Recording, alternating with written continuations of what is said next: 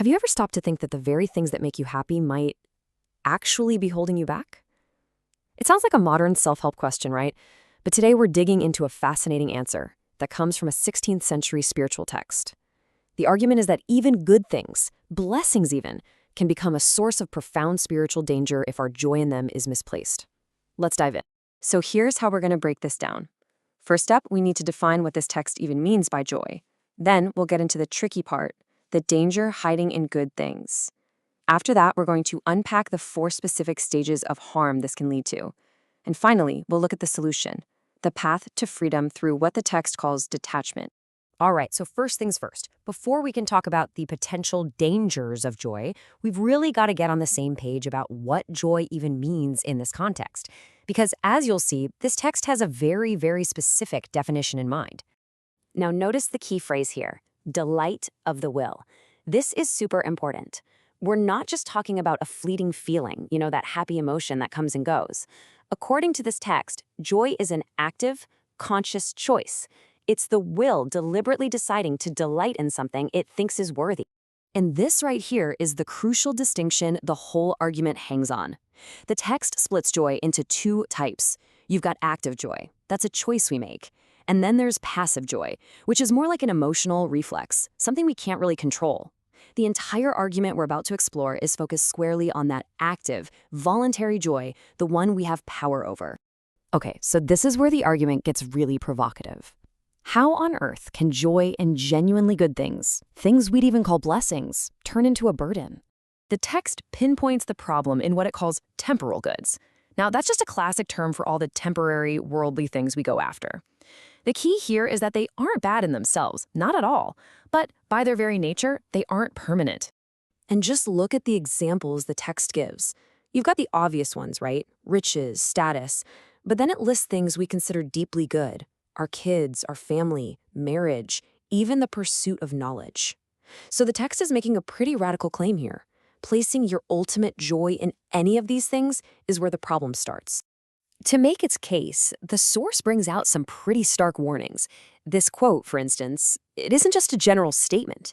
The difficulty for the rich is presented as a direct result of finding their joy and their security in wealth. It's that very attachment that, from this perspective, exposes them to profound spiritual danger. And this one really just doubles down on that idea.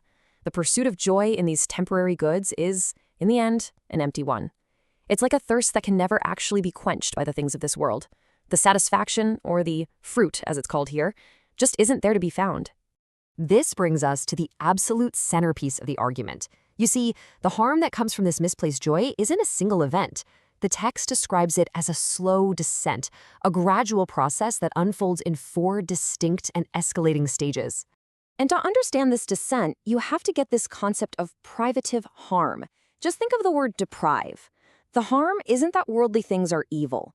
The harm is that when we give them our ultimate affection, we are depriving God of that affection. The damage is in the withdrawal. It's about what we lose, not just what we gain. So here are the 4 steps in that descent. First, the mind starts to darken. Second, a kind of spiritual lukewarmness sets in. Third, you begin to forget or just ignore spiritual law. And finally, it all culminates in a kind of idolatry of things. Let's break each one of these down. The first degree of harm is intellectual. The idea is that by focusing so intensely on worldly things, the mind loses its sharpness, its clarity. It's like a fog rolling in, making it harder and harder to judge things truly and see reality for what it is. From the mind, it moves to the will. In this second degree, spiritual practices just become empty routines.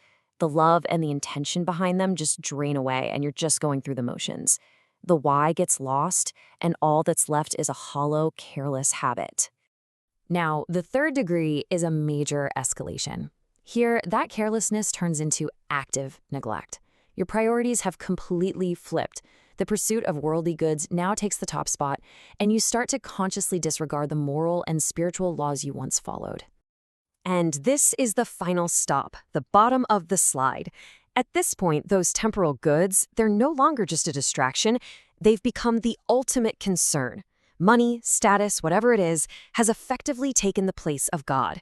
The text is very blunt here. It's a form of idolatry. So all of this paints a pretty bleak picture, doesn't it? It's a completely logical question to ask. If placing my joy in all these things, even good things like my family and my marriage, is so spiritually dangerous, then what am I supposed to do? What in the world is the alternative? And the text offers a really powerful answer. It's not about rejecting these goods entirely, but about reorienting our relationship to them. The solution is presented not as a loss, but as a total liberation. And just look at the benefits that this detachment promises. Liberty of spirit, clarity of reason, rest and tranquility, peaceful confidence in God, and freedom of the heart. These are the direct antidotes to those 4 harms we just walked through. It's a path toward inner peace, no matter what's happening with all those external worldly things. I love how this slide puts the 2 paths in such stark contrast. The attached soul is described as a captive, held prisoner by its own desires and attachments. But the detached soul isn't empty, far from it. It says they possess everything with greater liberty. They can actually enjoy good things without being enslaved by them. And this is really the ultimate payoff. According to the text, this whole process of detaching our ultimate joy from temporary things isn't really about loss at all. It's an exchange. By letting go of a lesser joy, the soul receives something 100-fold greater in return. And not just later, but right here, in this life. And so we end with the very same question this 16th century guide poses to us today. It challenges us to look at our own lives and ask, what are the things I value most? What do I actively choose to delight in? And ultimately, when all is said and done, where is my joy truly anchored?